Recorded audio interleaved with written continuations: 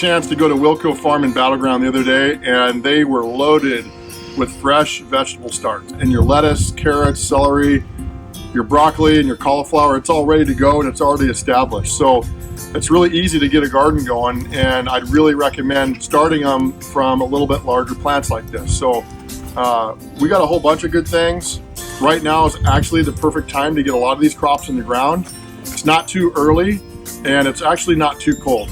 What we're gonna do is we're gonna put them in here like this. Just like this, Daddy? We're gonna make a little hole like that, just big enough for that to fit in. Okay. And then we're gonna bring our soil back around it, just like that. And then you're gonna tamp it down with your hands or the top of the shovel. It's just a Just like clod, this, Daddy? just like that. And look at what we do. We tamp it down so that way all the air gets out from around the plant, and the roots will grow a lot better. Well, the kids and I finally got this garden box planted, and it's full of broccoli, cauliflower, lettuce, carrots, and even celery.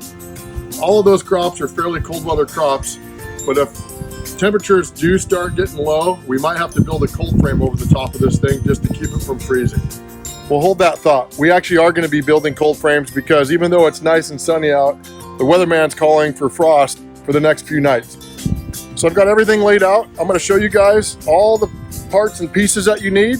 It's not really a whole lot. Everything you need you can get at your local hardware store, Home Depot, Lowe's, Ace Hardware. Any of those places have all this stuff. All you're going to need is a few tools, some parts and pieces, some plastic, and you'll be ready to go.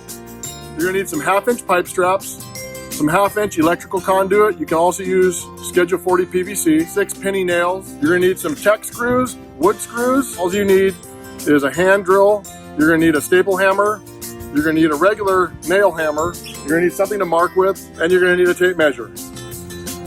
We've got the cold frame laid out, and the first thing we're going to do is mount these pipe straps so we can put the PVC pipe over the top.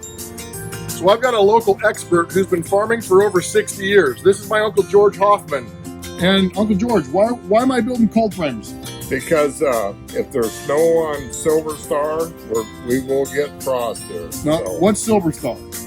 Silver Star Mountain is 4,300 feet, and it's like 35 miles east of here. So he knows what's going on. So we got to trust Uncle George. He knows best. He's been doing this a long time. So let's see how it goes. We're going to put these cold frames up, and everything should be fine underneath. Thanks, Uncle George. Appreciate it. All right. Good. Thank you. Yeah. So normally your PVC pipe or your electrical conduit comes in 10-foot lengths.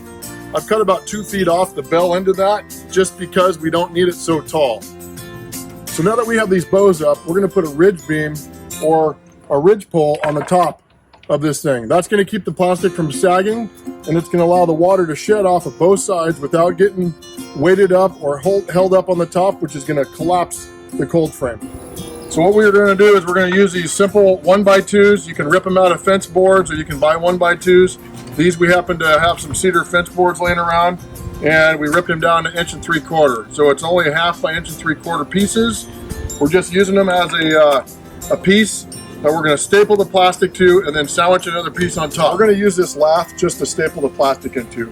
You don't want to staple the plastic right into the cap of the garden box because it'll screw it up and it'll break it down over time. So that's the only reason we have this cap on here, is so we can staple the plastic to it. And then after that, we're going to sandwich the plastic with another piece of lath. So kind of watch what we're doing, and it'll be easy for you guys to do at home. I'm trying to show you guys the inexpensive way to build these cold frames. Plastic's pretty darn cheap, and with a 100-foot roll of plastic, you guys could build probably 8 or 10 of these things. But if you guys want something a little more permanent, you can use fiberglass, plexiglass, Lexan, and any other rigid, hard products that you can put on the ends of these things permanently if you don't love the way the duct tape looks or the plastic. Now, one thing I always do once I do the initial staple is I fold whatever remaining plastic is left, I fold that over and I staple it again. That's going to give the plastic a lot more strength and holding it down. All we have left to finish is the main support grab handle for the top of the cold frame. It's really simple. We're just going to sandwich the plastic between a couple pieces of lath, and that'll allow us to roll it up and roll it back every morning and every night.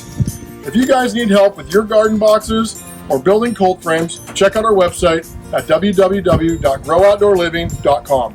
Stay tuned for our next episode where I'll be showing you the importance of keeping your garden tilled, as well as whipping up some of your own home-cooked fertilizer.